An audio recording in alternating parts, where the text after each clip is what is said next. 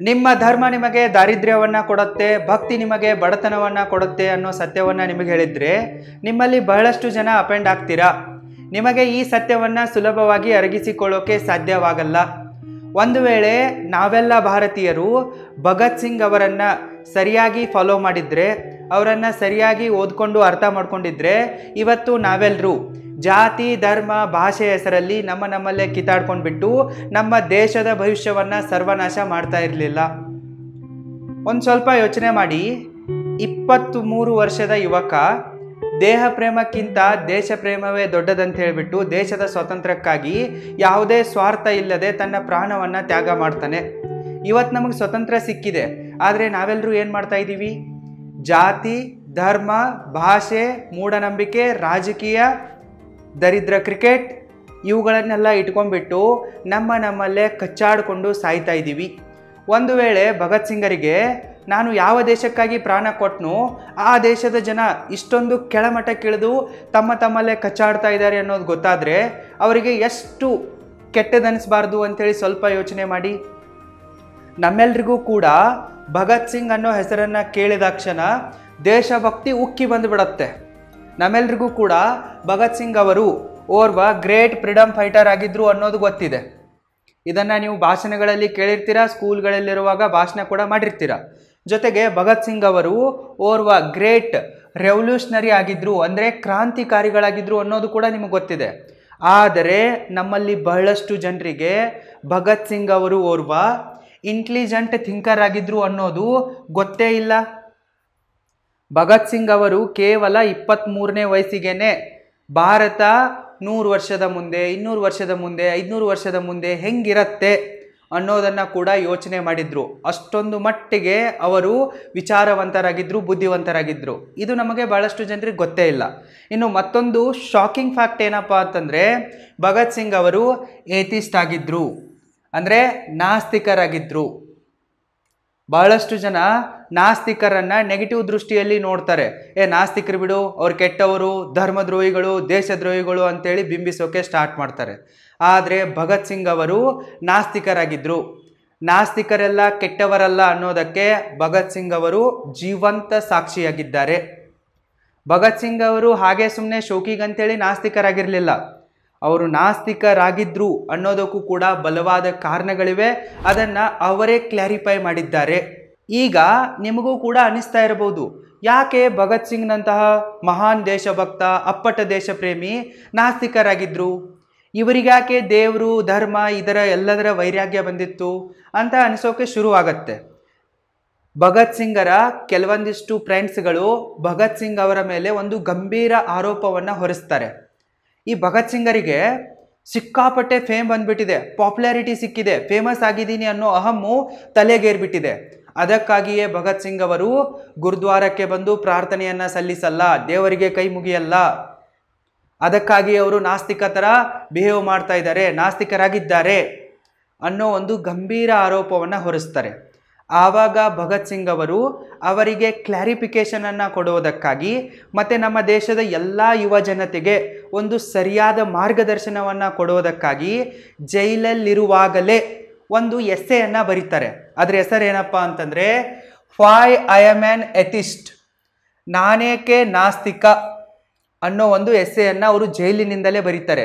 ಇವತ್ತಿದು ಬುಕ್ನ ರೂಪದಲ್ಲಿ ಅವೈಲೇಬಲ್ ಇದೆ, ನೀವು ಕೂಡ ಓದ್ಬೋದು. ಲಿಂಕ್ ಈ ವಿಡಿಯೋದ ಡಿಸ್ಕ್ರಿಪ್ಷನ್ ಬಾಕ್ಸಲ್ಲಿ ಇದೆ, ಚೆಕ್ ಮಾಡಿ. ಭಗತ್ ಸಿಂಗ್ ಅವರು ಈ ಒಂದು ಎಸ್ಸೆಯನ್ನು ಬರೆದುಬಿಟ್ಟು ಯಾಕೆ ನಾನು ನಾಸ್ತಿಕನಾಗಿರುವೆ ಅನ್ನೋದನ್ನು ಅವರ ಫ್ರೆಂಡ್ಸ್ಗಳ ಜೊತೆಗೆ ನಮ್ಮೆಲ್ರಿಗೂ ಕೂಡ ಕ್ಲಾರಿಫೈ ಮಾಡಿದ್ದಾರೆ. ಇದನ್ನು ನಾವೆಲ್ಲ ಭಾರತೀಯರು ಸರಿಯಾಗಿ ಅರ್ಥ ಮಾಡಿಕೊಳ್ಳಲೇಬೇಕು. ಒಂದು ವೇಳೆ ನಾವೇನಾದರೂ ಇದನ್ನು ಅರ್ಥ ಮಾಡಿಕೊಳ್ಳದಿದ್ದರೆ ನಾವು ಕೂಡ ಜಾತಿ ಧರ್ಮ ಭಾಷೆ ಅಂತೇಳಿ ಇದೇ ರೀತಿ ಕಚ್ಚಾಡ್ಕೊಂಡ್ಬಿಟ್ಟು ನಮ್ಮ ದೇಶವನ್ನು ಮತ್ತೆ ಗುಲಾಮಗಿರಿಗೆ ತಳ್ತೀವಿ. ಬ್ರಿಟಿಷರ ಕೈಗೆ ಕೊಟ್ಟಂತೆ ಚೈನಾದವರ ಕೈಗೋ ಇಲ್ಲ ಬೇರೆ ಯಾರ ಕೈಗೋ ಕೊಟ್ಟು ಮತ್ತೆ ನಾವು ಗುಲಾಮರಾಗ್ತೀವಿ.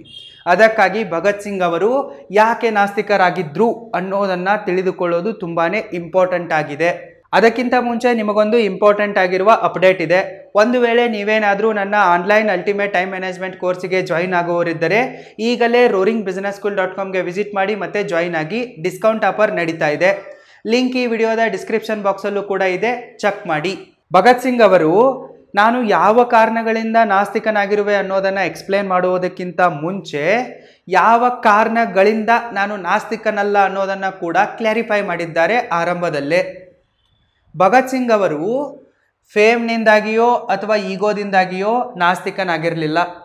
ನಾನು ಭಾರತದಾದ್ಯಂತ ಫೇಮಸ್ ಆಗಿರುವೆ, ಜನ ನನ್ನನ್ನು ಕ್ರಾಂತಿಕಾರಿ, ಅಪ್ಪಟ ದೇಶಭಕ್ತ, ದೇಶಪ್ರೇಮಿ ಅಂತ ಅನ್ಕೊತಾ ಇದ್ದಾರೆ ಅನ್ನೋ ಅಹಂದಲ್ಲಿ ಅವರು ದೇವರ ಅಸ್ತಿತ್ವವನ್ನು ತಿರಸ್ಕಾರ ಮಾಡಿರಲಿಲ್ಲ. ಫೇಮಸ್ ಆಗಿದ್ದೀನಿ ಈಗೋದಿಂದ, ಇವ್ಯಾವುದೇ ಕಾರಣಗಳಿಂದ ಅವರು ನಾಸ್ತಿಕರಾಗಿರಲಿಲ್ಲ. ಮತ್ತು ಅವರಲ್ಲಿ ಸಿಕ್ಕಾಪಟ್ಟೆ ನಾಲೆಜ್ ಕೂಡ ಇತ್ತು. ಅವರು ಲ್ಯಾಕ್ ಆಫ್ ನಾಲೆಜ್ದಿಂದಲೂ ಕೂಡ ನಾಸ್ತಿಕರಾಗಿರಲಿಲ್ಲ. ಭಗತ್ ಸಿಂಗ್ ಓರ್ವ ಗ್ರೇಟ್ ರೀಡರ್ ಆಗಿದ್ದರು. ಅವರು ಗ್ರಂಥಾಲಯವನ್ನೇ ತಮ್ಮ ಮನೆ ಮಾಡ್ಕೊಂಡ್ಬಿಟ್ಟಿದ್ರು. ಅಷ್ಟರ ಮಟ್ಟಿಗೆ ಅವರು ಪುಸ್ತಕ ಪ್ರೇಮಿಯಾಗಿದ್ದರು. ಭಗತ್ ಸಿಂಗ್ ಅವರು ಕೇವಲ 23 ವರ್ಷದ ಒಳಗಡೆನೆ ಬಹಳಷ್ಟು ಕ್ರಾಂತಿಗಳ ಬಗ್ಗೆ ಸರಿಯಾಗಿ ಓದ್ಕೊಂಡಿದ್ರು. ಈ ಕ್ರಾಂತಿಗಳು ಯಾಕಾಗ್ತವೆ, ಕ್ರಾಂತಿಕಾರಿಗಳು ಯಾಕೆ ಕ್ರಾಂತಿಕಾರಿಗಳಾಗ್ತಾರೆ, ಕ್ರಾಂತಿಯ ಅವಶ್ಯಕತೆ ಏನಿದೆ, ಹೇಗೆ ಕ್ರಾಂತಿಯನ್ನು ಮಾಡಬೇಕು, ದೇಶವನ್ನು ಹೇಗೆ ಪ್ರೋಗ್ರೆಸ್ನತ್ತ ಒಯ್ಯಬೇಕು ಅನ್ನೋ ಬಹಳಷ್ಟು ವಿಚಾರಗಳ ಕುರಿತಾಗಿ ಅವರು ಸಾವಿರಾರು ಪುಸ್ತಕಗಳನ್ನು ಓದಿದ್ರು. ರೆವಲ್ಯೂಷನ್ನ ಬಗ್ಗೆನೂ ಕೂಡ ಓದ್ಕೊಂಡಿದ್ರು, ಮಾರ್ಕ್ಸಿಸಮ್ನ ಬಗ್ಗೆ ಕೂಡ ಓದ್ಕೊಂಡಿದ್ರು, ಗ್ರಂಥಾಲಯವನ್ನೇ ಮನೆ ಮಾಡ್ಕೊಂಡಿದ್ರು. ಸೊ ಅವರ ಹತ್ರ ಸಿಕ್ಕಾಪಟ್ಟೆ ನಾಲೆಜ್ ಇತ್ತು. ಸೊ ಅವರ ಹತ್ರ ಜ್ಞಾನದ ಕೊರತೆಯಾಗಿ ಅವರು ನಾಸ್ತಿಕರಾಗಿರಲಿಲ್ಲ ಅನ್ನೋದನ್ನು ಅವರು ಐ ಆಮ್ ಎನ್ ಎಥಿಸ್ಟ್ ಅನ್ನೋ ಪುಸ್ತಕದಲ್ಲಿ ಪ್ರಾರಂಭದಲ್ಲೇ ಕ್ಲಾರಿಫೈ ಮಾಡ್ತಾರೆ. ಭಗತ್ ಸಿಂಗ್ ಅವರು ಈ ನಾಸ್ತಿಕತೆಗೆ ಹೊಸ ರೂಪವನ್ನು ಕೊಟ್ಟಿದ್ದಾರೆ. ನಾವೆಲ್ಲರೂ ಕೂಡ ಸಣ್ಣ ಪುಟ್ಟ ಚಿಲ್ಲರೆ ವ್ಯಕ್ತಿಗಳು. ನಾವು ದೇವ್ರ ಹತ್ರ ಹೋಗ್ತೀವಿ, ಏನೋ ಒಂದು ಬೆಡ್ಕೊತೀವಿ, ದೇವ್ರದನ್ನು ಈಡೇರಿಸ್ಬಿಟ್ಟ ಅದು ನಮಗೆ ಸಿಕ್ತಪ್ಪ ಅಂತಂದರೆ ದೇವ್ರಿದ್ದಾನೆ, ದೇವ್ರ ಒಳ್ಳೆಯವನು, ಗಾಡ್ ಈಸ್ ಗ್ರೇಟ್ ಅಂತೀವಿ, ಅಂಧ ಭಕ್ತರ ಥರ ಪೂಜೆ ಮಾಡ್ತಾ ತಿರುಗ್ತೀವಿ. ಒಂದು ವೇಳೆ ನಾವು ಬೇಡಿದ್ದನ್ನು ದೇವರೇನಾದರೂ ಕೊಡದೇ ಇದ್ದರೆ ದೇವ್ರಿಲ್ಲ, ದೇವರು ತುಂಬಾ ಕೆಟ್ಟವನು, ಇದೆಲ್ಲ ಕಲ್ಲು ಮೂರ್ತಿ ಇದೆ, ಬೋಗಸ್ ಇದೆ ಅಂತೇಳಿ ಬೈಕೊಂಡು ಓಡಾಡ್ತೀವಿ. ಆದರೆ ಭಗತ್ ಸಿಂಗರ್ ಅವರಿಗೆ ದೇವರಿಂದ ಏನೂ ಬೇಕಾಗಿರಲಿಲ್ಲ. ಅವರೇನು ದೇವರ ಹತ್ರ ಹೋಗ್ಬಿಟ್ಟು ನಮ್ಮ ದೇಶಕ್ಕೆ ಸ್ವಾತಂತ್ರ್ಯ ಕೊಡು, ನನಗೆ ಸುಂದರವಾಗಿರುವ ಹೆಂಡತಿಯನ್ನು ಕೊಡು, ಶ್ರೀಮಂತರಾಗಿರುವ ಗಂಡನನ್ನು ಕೊಡು, ಅದು ಕೊಡು ಇದು ಕೊಡು ಅಂತೇಳಿ ಏನೂ ಕೇಳಿರಲಿಲ್ಲ. ಭಗತ್ ಸಿಂಗ್ ಅವರಿಗೆ ದೇವರಿಂದ ಯಾವುದೇ ಒಂದು ಬೇಡಿಕೆಗಳನ್ನು ಪೂರೈಕೆ ಮಾಡಿಕೊಳ್ಳುವ ಆಸೆನೇ ಇರಲಿಲ್ಲ. ಆದರೂ ಕೂಡ ಅವರು ನಾಸ್ತಿಕರಾಗ್ತಾರೆ. ನಾವು ನಾಸ್ತಿಕರೇ ಯಾಕಾಗ್ತೀವಿ, ನಮಗೆ ಬೇಕಾಗಿರೋದು ಸಿಗದೇ ಇದ್ದಾಗ ನಾವು ದೇವರನ್ನು ಬೈಕೊಂಡು ನಾಸ್ತಿಕರಾಗಿಬಿಡ್ತೀವಿ. ಆದರೆ ಭಗತ್ ಸಿಂಗ್ ಅವರು ಆ ರೀತಿ ನಾಸ್ತಿಕರಾದವರಲ್ಲ. ಭಗತ್ ಸಿಂಗರವರಿಗೂ ಕೂಡ ನಮ್ಮ ಜನ ಯಾವಾಗ ತಮ್ಮ ಜೀವನದಲ್ಲಿ ವಿಚಲಿತರಾಗ್ತಾರೋ, ಸೋಲ್ತಾರೋ, ಅನ್ಯಾಯಕ್ಕೊಳಗಾಗ್ತಾರೋ, ಶೋಷಣೆಗೊಳಗಾಗ್ತಾರೋ, ಎಲ್ಲವನ್ನ ಕಳ್ಕೊಂಡು ನಿಸ್ಸಹಾಯಕರಾಗ್ತಾರೋ ಆವಾಗ ದೇವರ ಮೊರೆ ಹೋಗ್ತಾರೆ. ಮತ್ತು ಇಂತಹ ನಿಸ್ಸಹಾಯಕರಿಗೆ ಈ ದೇವರು ಅನ್ನೋ ಒಂದು ಕಲ್ಪನೆ ಬದುಕಲು ಸ್ಫೂರ್ತಿ ಕೊಡುತ್ತೆ, ಭರವಸೆ ಕೊಡುತ್ತೆ, ಧೈರ್ಯ ತುಂಬುತ್ತೆ. ಹೋಪ್ಸ್ಗಳೊಂದಿಗೆ ಮುಂದೆ ಹೋಗು, ಇನ್ನೂ ಟೈಮ್ ಇದೆ, ಬದುಕು, ಸಾಯಕ್ಕೆ ಹೋಗಬೇಡ ಸುಮ್ಮನೆ ಅನ್ನೋ ಒಂದು ಕಾನ್ಫಿಡೆನ್ಸನ್ನು ಕೊಡುತ್ತೆ ಅನ್ನೋದು ಗೊತ್ತಿತ್ತು. ಈ ದೇವರು ಅನ್ನೋ ಒಂದು ಇಮ್ಯಾಜಿನರಿ ಕಲ್ಪನೆಯಿಂದ ಜನರಿಗೆ ಸ್ಫೂರ್ತಿ ಸಿಗತ್ತೆ.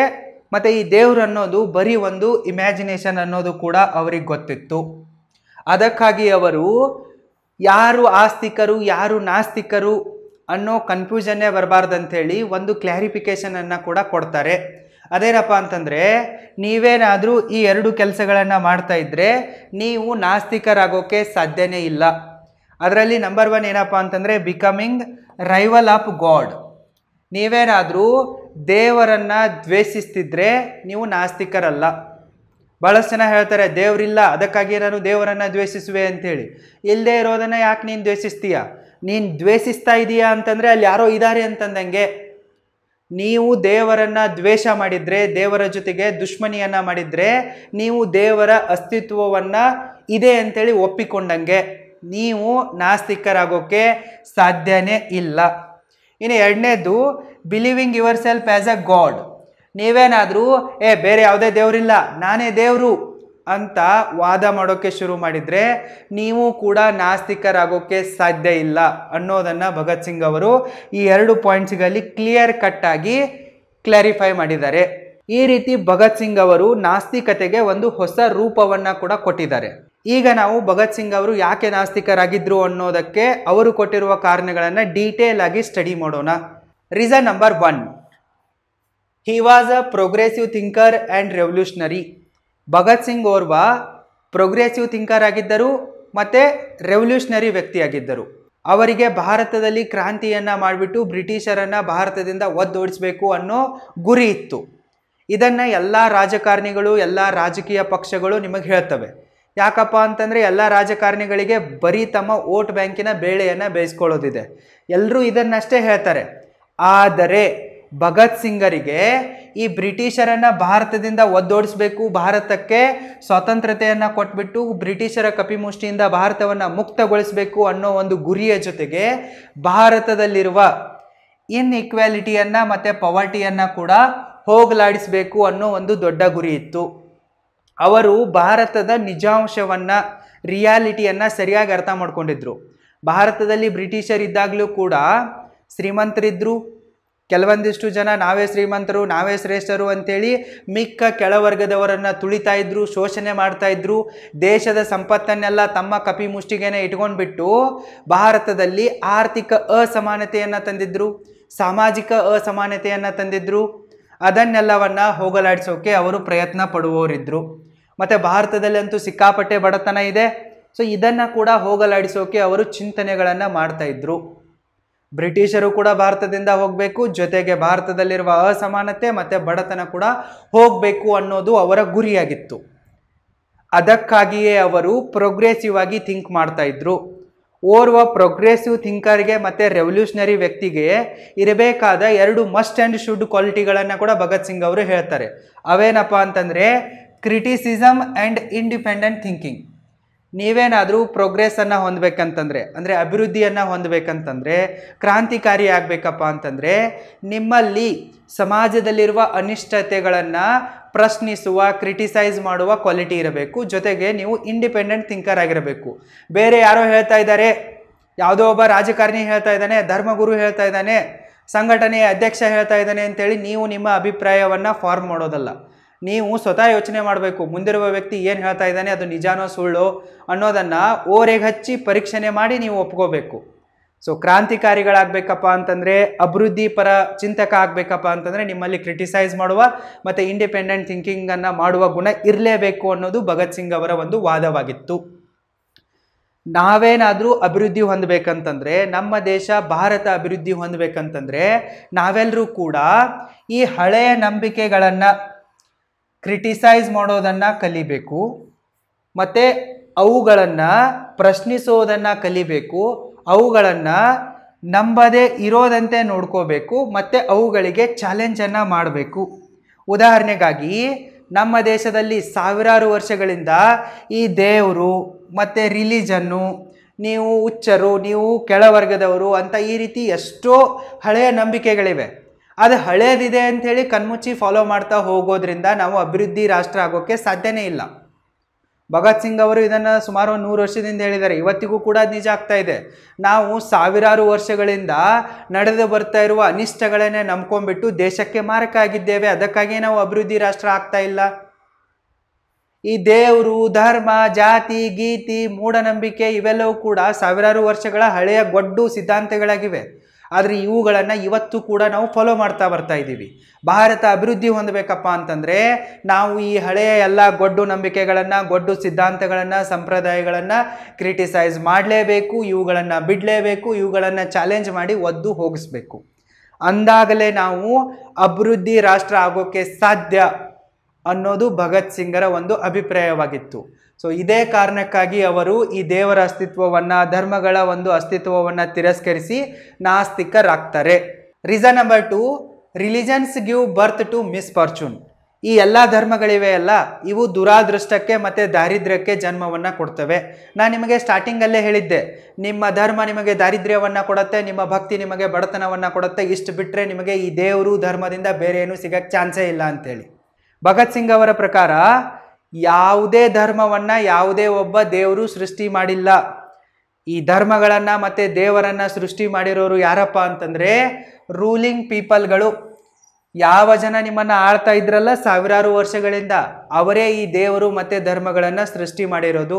ಯಾಕೆ ಸೃಷ್ಟಿ ಮಾಡಿದಾರಪ್ಪ ಅಂತಂದರೆ ಬಡ ಜನರನ್ನು ಎಕ್ಸ್ಪ್ಲಾಯ್ಟ್ ಮಾಡುವುದಕ್ಕಾಗಿ, ಅಂದರೆ ಬಡ ವರ್ಗದವರನ್ನು ಶೋಷಣೆ ಮಾಡುವುದಕ್ಕಾಗಿ. ನೀವೆಲ್ಲರೂ ಕೆಳವರ್ಗದವರು, ನೀವು ಕೆಳಗಡೆ ಇಡಿ, ನಮ್ಮ ಸೇವೆ ಮಾಡಿ, ಗುಲಾಮರಂತೆ ಬದುಕಿ, ನಿಮಗೆ ಎಜುಕೇಷನ್ ಕೊಡಬಾರ್ದು, ನಿಮಗೇನು ಸಂಬಳನೂ ಕೊಡೋಂಗಿಲ್ಲ, ಏನಿಲ್ಲ, 2 ಹೊತ್ತು ಊಟ, ವರ್ಷಕ್ಕೆ 2 ಜೊತೆ ಬಟ್ಟೆ, ಇಷ್ಟು ಕೊಡ್ತೀವಿ, ನೀವು ಗುಲಾಮರ ಥರ ನಮ್ಮ ಗದ್ದೆಗಳಲ್ಲಿ ಜೀತದಾಳುಗಳಾಗಿರಿ.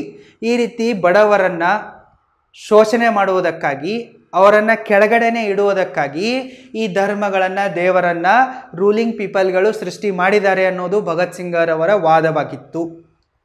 ಮತ್ತು ಈ ಬಡ ಜನರನ್ನು ಶೋಷಣೆ ಮಾಡುವುದರ ಜೊತೆಗೆ ತಮ್ಮ ರೂಲಿಂಗ್ ಪವರನ್ನು ಮತ್ತು ತಮಗೆ ಸಿಗ್ತಾ ಇರುವ ಪ್ರಿವಿಲೇಜಸ್ಗಳನ್ನು ಪ್ರೊಟೆಕ್ಟ್ ಮಾಡಿಕೊಳ್ಳುವುದಕ್ಕಾಗಿ ಇವರು ಧರ್ಮ ಮತ್ತು ದೇವರುಗಳನ್ನು ಸೃಷ್ಟಿ ಮಾಡಿದರು.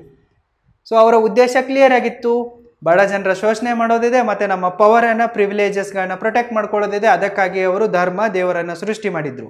ಇದರಿಂದ ಎಲ್ಲ ಬಡ ಜನರಿಗೂ ಕೂಡ ದಾರಿದ್ರ್ಯ ಬರ್ತಾ ಇತ್ತು, ಬಡತನ ಬರ್ತಾ ಇತ್ತು, ಮೂಢನಂಬಿಕೆಗಳಲ್ಲಿ ಬಿದ್ದು ಒದಾಡ್ತಾ ಇದ್ವು. ಸೊ ಅದನ್ನು ಇವತ್ತು ಕೂಡ ನಾವು ಗಮನಿಸಬಹುದು. ಇವತ್ತು ಕೂಡ ಹಾಗೆ ಇದೆ.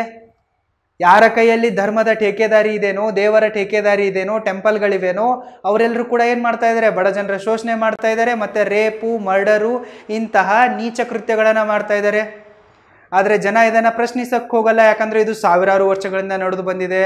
ಅದನ್ನೇ ಗೊಡ್ಡು ಸಿದ್ಧಾಂತಗಳನ್ನ ನಂಬ್ಕೊಂಡು ಕೂತಿದ್ದಾರೆ. ಅದಕ್ಕಾಗಿಯೇ ಬಡ ಜನರ ಜೊತೆಗೆ ಇಷ್ಟೊಂದು ಕೆಟ್ಟ ಕೆಲಸಗಳಾಗ್ತಾ ಇವೆ, ಅವರೊಂದಿಗೆ ಅನ್ಯಾಯ ಆಗ್ತಾ ಇದೆ. ಮತ್ತು ಮಾರ್ಕ್ಸಿಸಮ್ನ ಪ್ರಕಾರ ಈ ರಿಲಿಜನ್ ಅನ್ನೋದೊಂದು ಅಫೀಮ್ ಆಗಿದೆ, ಒಂದು ಡ್ರಗ್ ಆಗಿದೆ. ಇದು ಜನ ಈ ಧರ್ಮವನ್ನು ಡ್ರಗ್ ಥರ ತೊಗೊಂಡ್ಬಿಟ್ಟು ನಶೆಯಲ್ಲಿ ತೇಲಾಡ್ತಾ ಇದ್ದಾರೆ. ಜನರಿಗೆ ನಿಜಾಂಶ ಏನಿದೆ ಅನ್ನೋದನ್ನು ಅರ್ಥ ಮಾಡಿಕೊಳ್ಳುವ ಶಕ್ತಿಯನ್ನೇ ಕಳ್ಕೊಂಡ್ಬಿಟ್ಟಿದ್ದಾರೆ. ಈ ಅಂಧವಿಶ್ವಾಸ ಅನ್ನೋದು ನಿಮ್ಮನ್ನು ಯೋಚನೆ ಮಾಡದಂತೆ ತಡೆಯುತ್ತೆ, ಮೂರ್ಖರನ್ನಾಗಿ ಮಾಡುತ್ತೆ. ಹೀಗಾಗಿ ಈ ದೇವರು, ಧರ್ಮ ನಿಮಗೆ ಮಿಸ್ಫಾರ್ಚೂನನ್ನು ಕೊಡ್ತವೆ. ಇಲ್ಲಿ ಮತ್ತೊಂದು ಏನು ವಿಚಾರವನ್ನು ಭಗತ್ ಸಿಂಗ್ ಅವರು ಗಮನಿಸಿದ್ರಪ್ಪ ಅಂತಂದರೆ, ಎಲ್ಲ ಧರ್ಮಗಳು ಕೂಡ ತಮ್ಮ ತಮ್ಮಲ್ಲೇ ಬೇರೆ ಬೇರೆಯಾದ ಸಿದ್ಧಾಂತಗಳನ್ನು ಹೊಂದಿವೆ ಮತ್ತು ಎಲ್ಲರೂ ಕೂಡ ನಾವೇ ಶ್ರೇಷ್ಠರು, ನಾವೇ ಸರಿಯಾಗಿದ್ದೀವಿ ಅಂತೇಳಿ ವಾದ ಮಾಡ್ತಾರೆ. ಈಗ ಹಿಂದೂಯಿಸಮ್ ಇದೆ, ಮುಸ್ಲಿಮಿಸಮ್ ಇದೆ, ಜೈನಿಸಮ್ ಇದೆ, ಬುದ್ಧಿಸಮ್ ಇದೆ, ಲಿಂಗಾಯತಿಸಮ್ ಇದೆ, ಸಿಖಿಸಮ್ ಇದೆ, ಪಾರ್ಸಿಯನ್ ಇದೆ. ಈ ರೀತಿ ಬಹಳಷ್ಟು ಧರ್ಮಗಳಿವೆ. ಎಲ್ಲ ಧರ್ಮದವರು ಕೂಡ ನಾವು ಮನುಷ್ಯರ ಉದ್ಧಾರಕ್ಕಾಗಿಯೇ ಬಂದಿದ್ದೀವಿ ಅಂತೇಳಿ ಹೇಳ್ತಾರೆ. ಆದರೆ ಎಲ್ಲ ಧರ್ಮಗಳ ಸಿದ್ಧಾಂತಗಳು ಬೇರೆ ಬೇರೆ ಆಗಿವೆ, ಆಚಾರ ವಿಚಾರಗಳು ಕೂಡ ಬೇರೆ ಬೇರೆ ಆಗಿಬಿಟ್ಟಿವೆ. ಮತ್ತು ಇವರೆಲ್ಲರೂ ಕೂಡ ನಾವೇ ಶ್ರೇಷ್ಠರು, ನೀವೆಲ್ಲರೂ ಕನಿಷ್ಠರು, ನಮ್ಮ ಧರ್ಮ ಶ್ರೇಷ್ಠ, ನಾವು ಹಾಗೆ ಹೀಗೆ, ಅವ್ರು ಬಂದು ನಮ್ಮ ಧರ್ಮವನ್ನು ಸೃಷ್ಟಿ ಮಾಡಿದ್ರು, ನಾವು ಇಷ್ಟು ಹಳೆ ಕಾಲದ ಧರ್ಮ, ಈ ರೀತಿ ಎಲ್ಲವನ್ನ ಕೂಡ ಹೇಳ್ತಾರೆ. ಇದರಿಂದ ಏನು ಕ್ರಿಯೇಟ್ ಆಗ್ತಾ ಇದೆ ಸಮಾಜದಲ್ಲಿ? ಕಾನ್ಫ್ಲಿಕ್ಟ್ ಕ್ರಿಯೇಟ್ ಆಗ್ತಾ ಇದೆ. ಅಂದರೆ ಧರ್ಮವಾದ, ಜಾತಿವಾದ, ಕೋಮುವಾದ ಕ್ರಿಯೇಟ್ ಆಗ್ತಾ ಇದೆ. ಇದರಿಂದ ಯಾರಿಗೆ ನಷ್ಟ ಇದೆ? ಬಡವರಿಗೇನೆ ನಷ್ಟ ಇದೆ. ಯಾಕಂತಂದರೆ ಈ ಜಾತಿವಾದ, ಧರ್ಮವಾದ, ಕೋಮುವಾದಗಳನ್ನು ಮಾಡುವವರು ಬಡವರನ್ನು ರಕ್ತ ಹೀರಿದಂತೆ ಹೀರಿಬಿಟ್ಟು ಅರಮನೆಗಳನ್ನು ಕಟ್ಕೊಂಡ್ಬಿಟ್ಟು ಅಲ್ಲಿ ಶೋಕಿ ಮಾಡ್ತಾ ಐಷಾರಾಮಿ ಜೀವನ ಮಾಡ್ತಾರೆ. ಆದರೆ ಬಡವರ ಮನೆ ಗುಡಿಸಲಲ್ಲಿರುತ್ತೆ. ಅದಕ್ಕಾಗಿಯೇ ಈ ಕೋಮುವಾದದ, ಧರ್ಮವಾದದ ಬೆಂಕಿಯಲ್ಲಿ ಬಡವರೇ ಸುಟ್ಟು ಕರಕಲಾಗ್ತಾರೆ. ಶ್ರೀಮಂತರಿಗೆ ಇದರ ಅಫೆಕ್ಟ್ ಆಗಲ್ಲ. ಮತ್ತು ಈ ಸಾವಿರಾರು ವರ್ಷದ ಹಳೆಯ ಈ ಗೊಡ್ಡು ಜಾತಿ ಧರ್ಮ ಸಿದ್ಧಾಂತಗಳನ್ನು ನಂಬ್ಕೊಂಡ್ಬಿಟ್ಟು ಈಗ ಕಿತ್ತಾಡೋದ್ರಲ್ಲಿ ಯಾವುದೇ ಅರ್ಥವಿಲ್ಲ. ಇವೆಲ್ಲವೂ ಕೂಡ ಹಳೆಯ ಸಂಗತಿಗಳಾಗಿವೆ. ಈ ಹಳೆಯ ಅನಿಷ್ಟಗಳನ್ನು ಇಟ್ಕೊಂಡ್ಬಿಟ್ಟು ನಾವು ಫ್ಯೂಚರಲ್ಲಿ ಸ್ಟ್ರಗಲ್ ಮಾಡುವ ಅವಶ್ಯಕತೆ ಇಲ್ಲ. ನಾವು ಮಂಗನಿಂದ ಮಾನವರಾಗಿದ್ದೇವೆ. ನಮ್ಮ ಗುರಿ ಏನಿರಬೇಕಪ್ಪ ಅಂತಂದರೆ ಮಾನವನಿಂದ ಆಧುನಿಕ ಮಾನವ ಆಗೋದ್ರ ಕಡೆಗೆ ಇರಬೇಕು. AI ಮೀರಿಸುವ ಮಾನವನಾಗುವ ಕಡೆಗೆ ನಮ್ಮ ಗುರಿ ಇರಬೇಕು. ಅದನ್ನು ಬಿಟ್ಟು ಮಾನವನಿಂದ ನಾನು ಮತ್ತೆ ಮಂಗ ಆಗ್ತೀನಿ ಅಂತಂದರೆ ಇದು ಮೂರ್ಖತನವಲ್ಲದೆ ಮತ್ತೇನು ಅನ್ನೋದು ಭಗತ್ ಸಿಂಗರವರ ವಾದವಾಗಿತ್ತು. ಈ ರೀತಿ ನಿಮ್ಮ ಎಲ್ಲ ಧರ್ಮಗಳು ಮತ್ತು ನಿಮ್ಮ ಭಕ್ತಿ ನಿಮಗೆ ಮಿಸ್ಫಾರ್ಚೂನನ್ನು, ದಾರಿದ್ರ್ಯವನ್ನು ಕೊಡ್ತವೆ. ನೀವು ಹೊಡೆದಾಡಿಕೊಂಡು ಬಡದಾಡಿಕೊಂಡು ಬೀದಿ ನಾಯಿಗಳಂತೆ ಸಾಯ್ತೀರಿ ಅನ್ನೋದು ಭಗತ್ ಸಿಂಗರಿಗೆ ಗೊತ್ತಿತ್ತು. ಅದಕ್ಕಾಗಿಯೇ ಅವರು ನಾಸ್ತಿಕರಾಗಿದ್ದರು. Reason number 3, if god created this world then why? ಒಂದು ವೇಳೆ ನೀವು ಹೇಳೋ ಥರ ದೇವರೇ ಈ ಜಗತ್ತನ್ನು ಸೃಷ್ಟಿ ಮಾಡಿದರೆ ಯಾಕೆ ಸೃಷ್ಟಿ ಮಾಡಿದ್ದಾನೆ? ಕೆಲವೊಂದಿಷ್ಟು ಧರ್ಮದ ಟೇಕೆದಾರಿಗಳು ಹೇಳ್ತಾ ಇರ್ತಾರೆ, ನಾವು ಹಿಂದೂಗಳು, ನಾವು ಪುನರ್ಜನ್ಮದಲ್ಲಿ ವಿಶ್ವಾಸವನ್ನು ಬಿಡ್ತೀವಿ, ಈ ಜನ್ಮದಲ್ಲಿ ಒಳ್ಳೆ ಕರ್ಮಗಳನ್ನು ಮಾಡ್ತೀವಿ, ಮುಂದಿನ ಜನ್ಮದಲ್ಲಿ ನಮಗೆ ಅದು ಸಿಗತ್ತೆ, ಸ್ವರ್ಗ ಸಿಗತ್ತೆ, ನಾವು ರಾಜರಾಗಿ ಹುಟ್ತೀವಿ.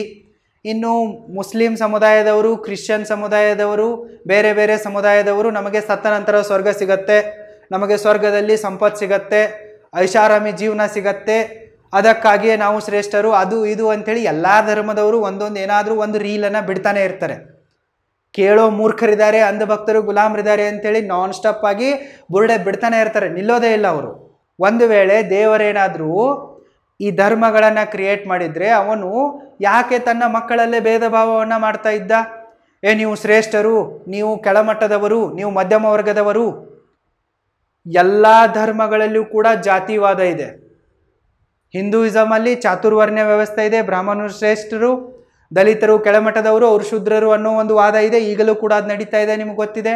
ಮುಸ್ಲಿಮರಲ್ಲೂ ಕೂಡ ಅಲ್ಲಿ ಕೂಡ ಜಾತಿ ಉಪಜಾತಿ ಅಂತೇಳಿ ಡಿಫ್ರೆನ್ಸ್ ಇದೆ. ಪಾಕಿಸ್ತಾನದ ಮುಸ್ಲಿಮರೇ ಬೇರೆ, ಭಾರತದ ಮುಸ್ಲಿಮರೇ ಬೇರೆ, ಸೌದಿ ಅರೇಬಿಯಾದ ಮುಸ್ಲಿಮರೇ ಬೇರೆ ಅನ್ನೋದಿದೆ. ಇನ್ನು ಜೈನ ಧರ್ಮದಲ್ಲೂ ಕೂಡ ಶ್ವೇತಾಂಬರ, ದಿಗಂಬರ, ಬೀಸ್ಪಂಥಿ, ತೇರಾಪಂಥಿ ಅಂತೇಳಿ ಅಲ್ಲಿ SC ST OBC ಫಾರ್ಮೇಷನ್ ಇದೆ. ಬುದ್ಧಿಸಮಲ್ಲೂ ಕೂಡ ಹೀನಯಾನ, ಮಹಾಯಾನ, ನವಯಾನ ಅಂತೇಳಿ ಡಿಫ್ರೆನ್ಸಸ್ಗಳಿವೆ. ಕ್ರಿಶ್ಚಿಯಾನಿಟಿಯಲ್ಲಿ ಕೂಡ ಡಿಫ್ರೆನ್ಸಸ್ಗಳಿವೆ. ಲಿಂಗಾಯತರಲ್ಲಂತೂ ಹೇಳೋಕೋಬೇಡ, 102 ಜಾತಿಗಳಿವೆ.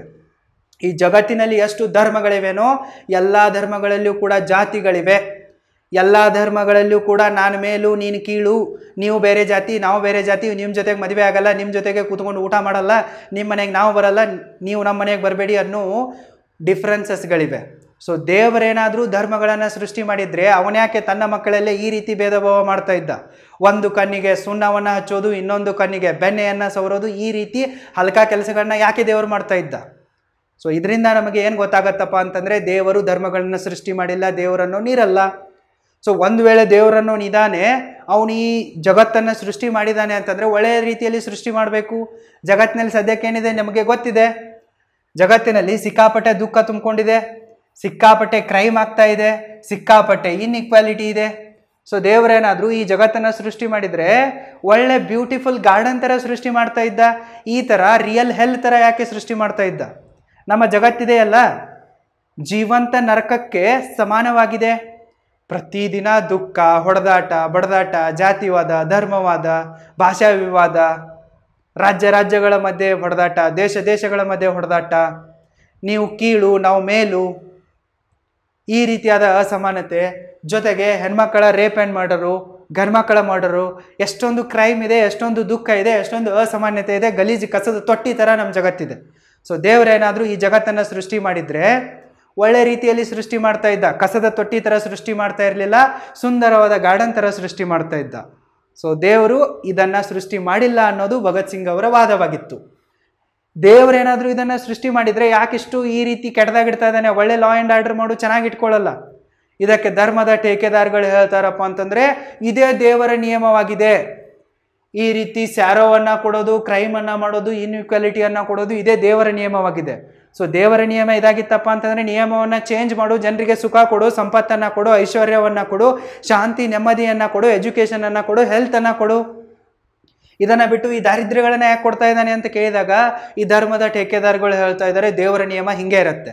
ಸೊ ದೇವರ ನಿಯಮ ಹಿಂಗೆ ಇದೆ, ಈ ನಿಯಮವನ್ನು ದೇವರಿಗೆ ಬದಲಾಯಿಸೋಕ್ಕೆ ಸಾಧ್ಯವಿಲ್ಲಪ್ಪ ಅಂತಂದರೆ ಅವನು ಬೇರೆ ಯಾರದ್ದೋ ಗುಲಾಮನಾಗಿದ್ದಾನೆ ಅಂತಂದಂಗೆ, ಅವನಿಗೆ ಶಕ್ತಿ ಇಲ್ಲ ಅಂತಂದಂಗೆ, ಅವನು ಸರ್ವಶಕ್ತನಲ್ಲ ಅಂತಂದಂಗೆ. ಸೊ ಅದಕ್ಕಾಗಿ ಅವರು ಈ ದೇವರ ಅಸ್ತಿತ್ವವನ್ನು ಅಲ್ಲಗಳಿತಾರೆ. ಒಂದು ವೇಳೆ ಈ ದೇವರಿಗೆ ಜನರಿಗೆ ಕಷ್ಟಗಳನ್ನು ಕೊಟ್ಟುಬಿಟ್ಟು ಜನರ ಶೋಷಣೆಯನ್ನು ಮಾಡಿಸಿ ಜನರನ್ನು ಈ ರೀತಿ ಕ್ರಿಮಿ ಕೀಟಗಳ ಥರ ಹೊಡೆದಾಟ ಬಡದಾಟ ಮಾಡೋರ ಥರ ಮಾಡಿಸಿರೋದ್ರಿಂದ ಅವನಿಗೇನಾದರೂ ಚೀಪ್ ಎಂಜಾಯ್ಮೆಂಟ್ ಸಿಗ್ತಾ ಇದ್ದರೆ, ದೇವರಿಗೆ ಎಂಟರ್ಟೈನ್ಮೆಂಟ್ ಸಿಗ್ತಾ ಇದ್ದರೆ, ಈ ನೇರೋಗೂ ಮತ್ತು ಚಂಗೀಸ್ ಖಾನನಿಗೂ ಏನು ವ್ಯತ್ಯಾಸ ಇದೆ? ನೇರೋ ಯಾರಪ್ಪ ಅಂತಂದರೆ ರೋಮ್ನ ಒಬ್ಬ ರಾಜ. ರೋಮನ್ನು ಈತ ಹೊತ್ತು ಉರಿಸ್ತಾ ಇದ್ದ, ರೋಮ್ ಹೊತ್ತಿ ಉರಿತಾ ಇತ್ತು, ಈತ ಪಿಟೀಲ್ ಬಾರಿಸ್ತಾ ಕುಳ್ತಿದ್ದ. ಸೊ ಈ ಜಗತ್ತು ಕೂಡ ಹೊತ್ತಿ ಉರಿತಾ ಇದೆ, ಜನ ಎಲ್ಲ ಸಾಯ್ತಾ ಇದ್ದಾರೆ, ಹೆಣ್ಮಕ್ಳ ಮೇಲೆ ಕ್ರೌರ್ಯ ದೌರ್ಜನ್ಯ ಆಗ್ತಾ ಇದೆ. ಸೊ ಹೀಗಿರುವಾಗ ದೇವ್ರು ಸುಮ್ಮನೆ ಇದ್ದಾನೆ, ಇದನ್ನೇ ನೋಡ್ಕೊಂಡು ಎಂಜಾಯ್ ಮಾಡ್ತಾ ಕುಂತಿದ್ದಾನೆ ಅಂತಂದರೆ ಎಲ್ಲೋ. ಸೊ ನೀರೋಗೂ ಮತ್ತು ದೇವರಿಗೇನು ವ್ಯತ್ಯಾಸ ಇದೆ? ನೀರೋ ಒಬ್ಬ ಕ್ರಿಮಿನಲ್ ಅಂತಂದರೆ ದೇವರು ಕೂಡ ಕ್ರಿಮಿನಲ್ಲೇ ಅಂದಂಗೆ. ಇನ್ನು ಚಂಗೀಸ್ ಖಾನ್ ಅನ್ನೋನು ಗೊತ್ತೇ ಇದೆ, ಒಬ್ಬ ಡಕಾಯಿತ, ದಾಳಿಕೋರ. ಇವನು ಕೂಡ ತನ್ನ ಎಂಜಾಯ್ಮೆಂಟ್ಗಾಗಿ ಸಾವಿರಾರು ಅಮಾಯಕ ಜನರನ್ನು ಸಾಯಿಸಿದ್ದ. ಸೊ ದೇವರಿಗೂ ಕೂಡ ಲಕ್ಷಾಂತರ ಕೋಟ್ಯಾಂತರ ಅಮಾಯಕ ಜನರಿಗೆ ತೊಂದರೆ ಕೊಡೋದ್ರಿಂದ, ಅವರಿಗೆ ಹಿಂಸೆ ಕೊಡೋದ್ರಿಂದ, ಕಷ್ಟ ಕೊಡೋದ್ರಿಂದ ಖುಷಿ ಸಿಗ್ತಾ ಇದೆ ಅಂತಂದರೆ ಚಂಗೀಸ್ ಖಾನಿಗೂ ಮತ್ತು ದೇವರಿಗೇನು ವ್ಯತ್ಯಾಸ? ಸೊ ಈ ನಿಯೋ ಮತ್ತು ಚಂಗೀಸ್ ಖಾನ್ ಅವರು ದೇವರಲ್ಲ ಅಂತಂದರೆ ಈ ಜನರ ಶೋಷಣೆ ಮಾಡೋರು, ದುಃಖವನ್ನು ಕೊಡೋರು, ಕ್ರೈಮನ್ನು ಮಾಡಿಸೋರು, ಇನ್ಇಕ್ವಾಲಿಟಿಯನ್ನು ತಂದವರು ಕೂಡ ದೇವರಲ್ಲ. ಇದು ಧರ್ಮವೇ ಅಲ್ಲ ಅನ್ನೋದು ಭಗತ್ ಸಿಂಗ್ ಅವರ ವಾದವಾಗಿತ್ತು. ಭಗತ್ ಸಿಂಗರಿಗೆ ಭಾರತದಲ್ಲಿ ಇಷ್ಟೊಂದು ಅಸಮಾನತೆ ಮತ್ತು ಬಡತನ ಬರೋಕೆ ಈ ಧರ್ಮಗಳೇ ಮತ್ತು ನಕಲಿ ದೇವರುಗಳೇ ಕಾರಣ ಅನ್ನೋದು ಅವ್ರಿಗೆ ಚೆನ್ನಾಗಿ ಗೊತ್ತಿತ್ತು. ಯಾಕಪ್ಪ ಅಂತಂದರೆ ಬಡವರ ರಕ್ತವನ್ನು ಹೀರಿಬಿಟ್ಟು ಶ್ರೀಮಂತರು ತಮ್ಮ ಅರಮನೆಗಳನ್ನು ಕಟ್ಕೊಂಡ್ಬಿಟ್ಟು ಸುಖವಾಗಿರೋದನ್ನು ಅವ್ರು ನೋಡಿದ್ರು. ಆದರೆ ಬಡವರಿಗೆ ಬುದ್ಧಿ ಇಲ್ಲ. ಈ ಶ್ರೀಮಂತರಿಗೆ ಜಾತಿ ಧರ್ಮ ಭಾಷೆ ಅಂತ ಏನಿರಲ್ಲ. ಅವ್ರಿಗೆ ಒಂದೇ ಗೊತ್ತಿದೆ, ಬಡವರ ರಕ್ತ ಹೀರು, ಸಂಪತ್ತನ್ನು ದೋಚು, ದೇಶದ ಸಂಪತ್ತನ್ನೆಲ್ಲ ತನ್ನ ಕೈಗೆ ತೆಗೆದುಕೊಂಡ್ಬಿಟ್ಟು ಮಜಾ ಮಾಡು. ಆದರೆ ಬಡವರೇ ಈ ಜಾತಿ ಧರ್ಮ ದೇವರು ಇದರಲ್ಲಿ ಬಿದ್ದು ಒದಾಡ್ತವೆ, ಪುಕ್ಸಟ್ಟೆ ಸಾಯ್ತವೆ. ಭಗತ್ ಸಿಂಗರವರು ತಮ್ಮ ಐ ಆಮ್ ಎನ್ ಎಥಿಸ್ಟ್ ಅನ್ನೋ ಈ ಎಸ್ಸೆಯಲ್ಲಿ ಎಲ್ಲ ಧರ್ಮಗಳನ್ನು ಕಟುವಾಗಿ ಟೀಕಿಸಿದ್ದಾರೆ. ಹಿಂದೂಯಿಸಮನ್ನು ಕೂಡ ಟೀಕಿಸಿದ್ದಾರೆ, ಇಸ್ಲಾಮನ್ನು ಕೂಡ ಟೀಕಿಸಿದ್ದಾರೆ, ಕ್ರಿಶ್ಚಿಯಾನಿಟಿಯನ್ನು ಕೂಡ ಟೀಕಿಸಿದ್ದಾರೆ. ಎಷ್ಟು ಧರ್ಮಗಳಿವೆನೋ ಎಲ್ಲ ಧರ್ಮಗಳನ್ನು ಅವರು ಸರಿಯಾಗಿ ಬಲವಾದ ಕಾರಣಗಳೊಂದಿಗೆ ಟೀಕಿಸಿದ್ದಾರೆ. ಒಂದು ವೇಳೆ ದೇವರೇನಾದರೂ ಇದಾನಪ್ಪ ಅಂತಂದರೆ ಅವನ್ಯಾಕೆ ಈ ಕ್ರೈಮನ್ನು ತಡಿತಾ ಇಲ್ಲ? ಏನು ಮಾಡ್ತಾ ಇದ್ದಾನೆ? ಬ್ರಿಟಿಷರು ಭಾರತಕ್ಕೆ ಬಂದುಬಿಟ್ಟು ಭಾರತದ ಮೇಲೆ ದೌರ್ಜನ್ಯವನ್ನು ಮಾಡ್ತಾ ಇದ್ದಾರೆ. ಮತ್ತು ಸಾವಿರಾರು ವರ್ಷಗಳಿಂದ ಭಾರತದಲ್ಲಿರುವ ನಾವೇ ಶ್ರೇಷ್ಠರು, ಅಲ್ಲಿಂದ ಹುಟ್ಟಿದ್ದೀವಿ ಇಲ್ಲಿಂದ ಹುಟ್ಟಿದ್ದೀವಿ ಅಂತನೋರು ಎಲ್ಲ 99% ಜನರ ಶೋಷಣೆ ಮಾಡ್ತಾ ಇದ್ದಾರೆ, ಅವನ ಮೇಲೆ ಅನ್ಯಾಯ ಅತ್ಯಾಚಾರ ಮಾಡ್ತಾ ಇದ್ದಾರೆ. ಇಷ್ಟೆಲ್ಲ ಆಗ್ತಾ ಇದ್ರೂ ಕೂಡ ದೇವ್ರು ಎಲ್ಲಿದ್ದಾನೆ?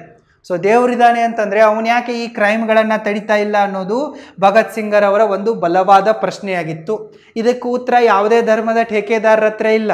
ನೀವು ಕೇಳಿದರೆ ಮತ್ತೆ ಅವ್ರು ಇದೇ ಹೇಳ್ತಾರೆ, ಇದು ದೇವರ ನಿಯಮವಾಗಿದೆ, ದೇವರು ಆಟ ಆಡಿಸ್ತಾ ಇದ್ದಾನೆ ಅಂತೇಳಿ. ಆಟ ಆಡಿಸ್ತಾ ಇದ್ದಾನೆ ಅಂತಂದರೆ he is a criminal, he is a fraud ಅಂದಂಗೆ. ಇನ್ನು ಭಗತ್ ಸಿಂಗರವರ ಮತ್ತೊಂದು ಪ್ರಶ್ನೆ ಏನಿತ್ತಪ್ಪ ಅಂತಂದರೆ, ದೇವರಿದ್ದಾನೆ ಅಂತಂದರೆ ಎಲ್ಲ ಜನರಿಗೂ ಕೂಡ ಒಳ್ಳೆಯ ವಿಚಾರವನ್ನೇ ಕೊಡಬೇಕಾಗಿತ್ತು. ಈ ಬ್ರಿಟಿಷರಿಗೆ ಮತ್ತು ಬ್ರಾಹ್ಮಣರಿಗೆ ಒಳ್ಳೆ ಬುದ್ಧಿ ಕೊಡಬೇಕಾಗಿತ್ತು ದೇವರಿದ್ದಾನೆ ಅಂತಂದರೆ. ನೋಡಿ ಬ್ರಿಟಿಷರೇ, ಎಲ್ಲರೂ ಮನುಷ್ಯರೇ, ಭಾರತ ಕೂಡ ಒಂದು ಸ್ವತಂತ್ರ ದೇಶ, ನೀವು ಬೇರೆ ದೇಶದವರಾಗಿ ಪರರಾಷ್ಟ್ರದ ಮೇಲೆ ದಾಳಿ ಮಾಡಬಾರ್ದು, ಶೋಷಣೆ ದಬ್ಬಾಳಿಕೆ ಮಾಡಬಾರ್ದು, ಅವ್ರ ದೇಶ ಅವ್ರಿಗೆ ಕೊಟ್ಬಿಡಿ ಅನ್ನೋ ಒಳ್ಳೆ ಬುದ್ಧಿಯನ್ನು ಬ್ರಿಟಿಷರಿಗೆ ಕೊಡಬೇಕಾಗಿತ್ತು. ಮತ್ತು ಆವಾಗಿನ ಬ್ರಾಹ್ಮಣರಿಗೂ ಕೂಡ ಒಳ್ಳೆ ಬುದ್ಧಿ ಕೊಡಬೇಕಾಗಿತ್ತು. ಭಗತ್ ಸಿಂಗರವರು ಒಂದು ಕಟುವಾದ ಪ್ರಶ್ನೆಯನ್ನು ಕೇಳ್ತಾರೆ. ನೀವು ಬರೆದಿರೋ ಯಾವುದೇ ಒಂದು ವೇದ ಉಪನಿಷತ್ತು ಅದು ಇದನ್ನು ಯಾರಾದರೂ ಕದ್ದು ಕೇಳಿಸ್ಕೊಂಡ್ಬಿಟ್ರೆ ಅವರ ಕಿವಿಯಲ್ಲಿ ನೀವು ಕಾದ ಎಣ್ಣೆಯನ್ನು ಸುರಿತಾ ಇದ್ರಿ.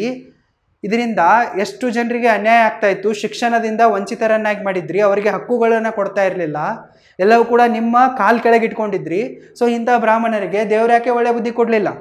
ಸೊ ಬ್ರಿಟಿಷರಿಗೆ ಬ್ರಾಹ್ಮಣರಿಗೆ ದೇವರಿಗೆ ಒಳ್ಳೆ ಬುದ್ಧಿ ಕೊಡೋಕ್ಕಾಗಲಿಲ್ಲ, ಇದನ್ನು ತಡೆಯೋಕ್ಕಾಗಲಿಲ್ಲಪ್ಪ ಅಂತಂದರೆ ದೇವರನ್ನೋದು ಇಲ್ಲ, ನಶ್ವರ, ಶೂನ್ಯ ಅನ್ನೋದು ಭಗತ್ ಸಿಂಗರವರ ವಾದ ಆಗಿತ್ತು. ಇನ್ನು ಮತ್ತೊಂದು ಕಲ್ಪನೆ ಬರುತ್ತೆ, ಈ ಜನ್ಮದಲ್ಲಿ ನೀವು ಏನು ಯಾತನೆಗಳನ್ನು ಅನುಭವಿಸ್ತಾ ಇದ್ದೀರಲ್ಲ ಅವೆಲ್ಲವೂ ಕೂಡ ಪೂರ್ವ ಜನ್ಮದ ಫಲಗಳಾಗಿವೆ ಅನ್ನೋದು. ಒಂದು ವೇಳೆ ನಾವು ಈ ಜನ್ಮದಲ್ಲಿ ಅನುಭವಿಸ್ತಾ ಇರುವ ಯಾತನೆಗಳೆಲ್ಲವೂ ಕೂಡ ನಮ್ಮ ಪೂರ್ವ ಜನ್ಮದ ಕರ್ಮಗಳಾಗಿದ್ದರೆ ಎಷ್ಟು ಜನರನ್ನು ನೀವು ಮೀಟ್ ಆಗಿದ್ದೀರಪ್ಪ? ಒಂದು ಕಡೆ ಹೇಳ್ತಾರೆ ಹಿಂದೂಯಿಸಮಲ್ಲಿ ಮನುಷ್ಯ ಜನ್ಮ ಸಿಗಬೇಕಂತಂದರೆ 84 ಲಕ್ಷ ಯೋನಿಗಳಲ್ಲಿ ನಾವು ಪಾಸಾಗಿ ಬರಬೇಕು. ಸೊ ಅವ್ನು ಮಾಡಿರುವ ತಪ್ಪುಗಳನ್ನೆಲ್ಲ ಕಲಿಬೇಕು ಅಂತೇಳಿ. ಸೊ ಈಗಿನ ಜನ್ಮದಲ್ಲಿ ಯಾರಿಗೆ ಅಧಿಕಾರ ಸಿಕ್ಕಿದೇನೋ, ಸಂಪತ್ತಿ ಸಿಕ್ಕಿದೇನೋ ಅವರೆಲ್ಲರೂ ಲಾಸ್ಟ್ ಜನ್ಮದಲ್ಲಿ ಏನು ಸಾಧು ಸಂತಗಳಾಗಿದ್ದರ? ಸೊ ಈ ಜನ್ಮದಲ್ಲಿ ಇವರು ಬಡವರ ಬಗ್ಗರ ಶೋಷಣೆ ಮಾಡ್ತಾ ಇದ್ದಾರೆ, ಅನ್ಯಾಯ ಮಾಡ್ತಾ ಇದ್ದಾರೆ, ದೇಶವನ್ನು ಲೂಟಿ ಮಾಡ್ತಾ ಇದ್ದಾರೆ, ಅನೀತಿ ಅಕ್ರಮ ಅತ್ಯಾಚಾರ ಮಾಡ್ತಾ ಇದ್ದಾರೆ, ಹೆಣ್ಮಕ್ಕಳ ರೇಪ್ ಆ್ಯಂಡ್ ಮರ್ಡರ್ ಮಾಡ್ತಾ ಇದ್ದಾರೆ ಅಂತಂದರೆ ಇಂಥವರೆಲ್ಲ ಲಾಸ್ಟ್ ಜನ್ಮದಲ್ಲಿ ಸಾಧು ಸಜ್ಜನರಾಗಿದ್ರ ಅನ್ನೋದು ಭಗತ್ ಸಿಂಗರವರ ಒಂದು ಸ್ಟೇಟ್ ಫಾರ್ವರ್ಡ್ ಕ್ವಶನ್ ಆಗಿದೆ. ಮತ್ತು ಅವ್ರು ಕೇಳ್ತಾರೆ, ಎಷ್ಟು ಜನರನ್ನು ನೀವು ಹೋದ ಜನ್ಮದಲ್ಲಿ ಕತ್ತೆಗಳಾಗಿದ್ದವರನ್ನು, ನಾಯಿಗಳಾಗಿದ್ದವರನ್ನು ಮೀಟ್ ಆಗಿದ್ದೀರಾ ಅಂತ ಕೇಳ್ತಾರೆ. ಯಾರೂ ಕೂಡ ಮೀಟ್ ಆಗಿಲ್ಲ. ಸೊ ಈ ದೇವರು ಧರ್ಮ ಕರ್ಮ ಅನ್ನೋ ಕಾನ್ಸೆಪ್ಟ್ ಇದೆಯಲ್ಲ, ಈ ಶ್ರೀಮಂತರು ಮತ್ತು ಈ ಆಡಳಿತವನ್ನು ಕೈಯಲ್ಲಿ ಇಟ್ಕೊಂಡಿರೋರು ಪುರೋಹಿತಶಾಹಿ ವರ್ಗ ತಾವು ಅನೀತಿ ಅನ್ಯಾಯ ಅತ್ಯಾಚಾರ ಹೆಣ್ಮಕ್ಕಳ ಮೇಲೆ ರೇಪ್ ಆ್ಯಂಡ್ ಮರ್ಡರ್ ಮಾಡಿದರೂ ಕೂಡ ಬಚಾವಾಗಬೇಕು, ಸೇಫ್ ಆಗಿರಬೇಕು, ತಮ್ಮ ಪ್ರಿವಿಲೇಜಸ್ಗಳನ್ನು ಪವರನ್ನು ಕಾಯ್ದುಕೊಳ್ಬೇಕು ಅನ್ನೋದಕ್ಕಾಗಿ ಸೃಷ್ಟಿ ಮಾಡಿರುವ ಡೊಂಬಿ ಕಥೆಗಳಾಗಿವೆ. ದೇವರು ಇಲ್ಲ, ಧರ್ಮವೂ ಇಲ್ಲ, ಎಲ್ಲವೂ ಕೂಡ ಹೊಡೆದಾಡುವ ಸಾಧನಗಳಾಗಿವೆ. ಶ್ರೀಮಂತರನ್ನಾಗಿಸುವ ಸಾಧನಗಳಾಗಿವೆ. ಬಡವರನ್ನು ಶೋಷಣೆ ಮಾಡಿಬಿಟ್ಟು ಅವರನ್ನು ಮತ್ತಷ್ಟು ಬಡವರನ್ನಾಗಿಸುವ ಸಾಧನಗಳಾಗಿವೆ ಅನ್ನೋದು ಭಗತ್ ಸಿಂಗ್ ಅವರವರಿಗೆ ಚೆನ್ನಾಗಿ ಗೊತ್ತಿತ್ತು. ಅದಕ್ಕಾಗಿ ಭಗತ್ ಸಿಂಗರವರು ನಾಸ್ತಿಕರಾಗಿದ್ದರು.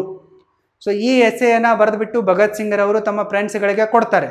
ಫ್ರೆಂಡ್ಸ್ಗಳಿಗೆ ಗೊತ್ತಾಗತ್ತೆ. ಸೊ ಫ್ರೆಂಡ್ಸ್ಗಳು ಅವಾಗಂತಾರೆ, ನಿನಗೆ ಈಗ ಗೊತ್ತಾಗಲ್ಲ, ನಿನಗೆ ಮುಂದೆ ಗೊತ್ತಾಗತ್ತೆ ಅಂತ ಹೇಳ್ತಾರೆ. ಸೊ ಭಗತ್ ಸಿಂಗರವರು ಅಂತಾರೆ, ನಾನು ಇಲ್ಲದೇ ಇರುವ ದೇವರ ಮೇಲೆ ನಂಬಿಕೆ ಇಟ್ಟು ಕೂತ್ಕೊಳ್ಳಲ್ಲ. ನನ್ನ ದೇಶಕ್ಕೆ ಸ್ವಾತಂತ್ರ್ಯವನ್ನು ಕೊಡಿಸೋದಿದೆ, ಭಾರತದಲ್ಲಿರುವ ಇನ್ಇಕ್ವಾಲಿಟಿಯನ್ನು ಮತ್ತು ದಾರಿದ್ರ್ಯವನ್ನು ಬಡತನವನ್ನು ಹೋಗಲಾಡಿಸೋದಿದೆ, ಅದಕ್ಕೆ ನಾನೇ ಪ್ರಯತ್ನವನ್ನು ಮಾಡುವೆ. ನನ್ನ ಜವಾಬ್ದಾರಿಯನ್ನು, ನನ್ನ ದೇಶದ ಸ್ವಾತಂತ್ರ್ಯದ ಜವಾಬ್ದಾರಿಯನ್ನು ನಾನೇ ತೆಗೆದುಕೊಳ್ಳುವೆ.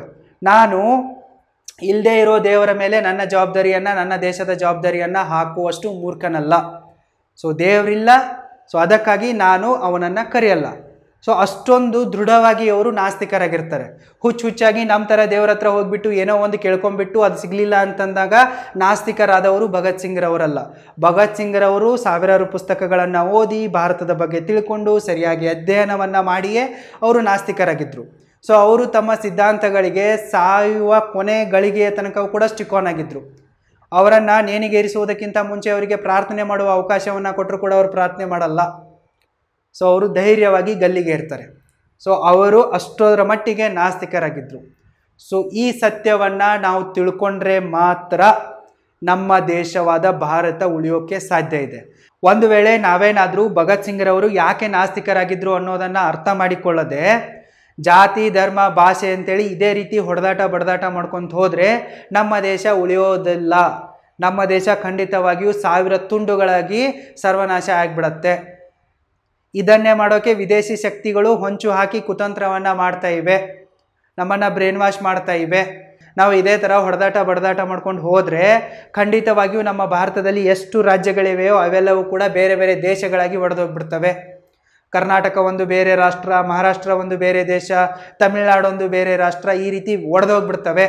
ಮತ್ತು ಕರ್ನಾಟಕದಲ್ಲೂ ಕೂಡ ಮತ್ತೆ ದೊಡ್ಡ ದೊಡ್ಡ ದೇಶಗಳು ಉತ್ಪತ್ತಿ ಆಗ್ತವೆ. ಉತ್ತರ ಕರ್ನಾಟಕ ಒಂದು ಬೇರೆ ದೇಶ, ಕರಾವಳಿ ಕರ್ನಾಟಕ ಒಂದು ಬೇರೆ ದೇಶ, ಮೈಸೂರು ಕರ್ನಾಟಕ ಒಂದು ಬೇರೆ ದೇಶ, ಮಧ್ಯದಲ್ಲಿರುವ ಹುಬ್ಬಳ್ಳಿ ಧಾರವಾಡದವರೊಂದು ಬೇರೆ ದೇಶ ಅಂತೇಳಿ ಕರ್ನಾಟಕದಲ್ಲೇ ಮತ್ತೆ 4-5 ದೇಶಗಳಾಗ್ತವೆ. ಸೊ ನಾವು ಈ ಜಾತಿ, ಧರ್ಮ, ಭಾಷಾ ವಿವಾದಗಳನ್ನು ನಿಲ್ಲಿಸದೇ ಇದ್ದರೆ ನಮ್ಮ ದೇಶ ಈ ರೀತಿ ಒಡೆದು ಹೋಗುತ್ತೆ, ಸರ್ವನಾಶ ಆಗತ್ತೆ. ಅದಕ್ಕಾಗಿ ನಿಮ್ಮೆಲ್ಲರಲ್ಲಿ ಅವೇರ್ನೆಸ್ಸನ್ನು ಮೂಡಿಸುವುದಕ್ಕಾಗಿ ನಾನು ಯಾಕೆ ಭಗತ್ ಸಿಂಗ್ ಅವರು ನಾಸ್ತಿಕರಾಗಿದ್ದರು ಅನ್ನೋದನ್ನು ಈ ವಿಡಿಯೋದಲ್ಲಿ ಎಕ್ಸ್ಪ್ಲೇನ್ ಮಾಡಿರುವೆ. ಇದನ್ನು ಸರಿಯಾಗಿ ಅರ್ಥ ಮಾಡ್ಕೊಳ್ಳಿ. ಅರ್ಥ ಆಗಿದ್ದರೆ ಈ ವಿಡಿಯೋಗೆ ಲೈಕ್ ಮಾಡಿ ಮತ್ತು ಇದರ ಬಗ್ಗೆ ನಿಮ್ಮ ಅಭಿಪ್ರಾಯವನ್ನು ಕಮೆಂಟ್ ಮಾಡಿ ಮತ್ತು ಈ ವಿಡಿಯೋವನ್ನು ನಿಮ್ಮ ಎಲ್ಲ ಫ್ರೆಂಡ್ಸ್ ಆ್ಯಂಡ್ ಫ್ಯಾಮಿಲಿ ಗ್ರೂಪ್ಸ್ಗಳಲ್ಲಿ ತಪ್ಪದೇ ಶೇರ್ ಮಾಡಿ. All the very best and thank you so much.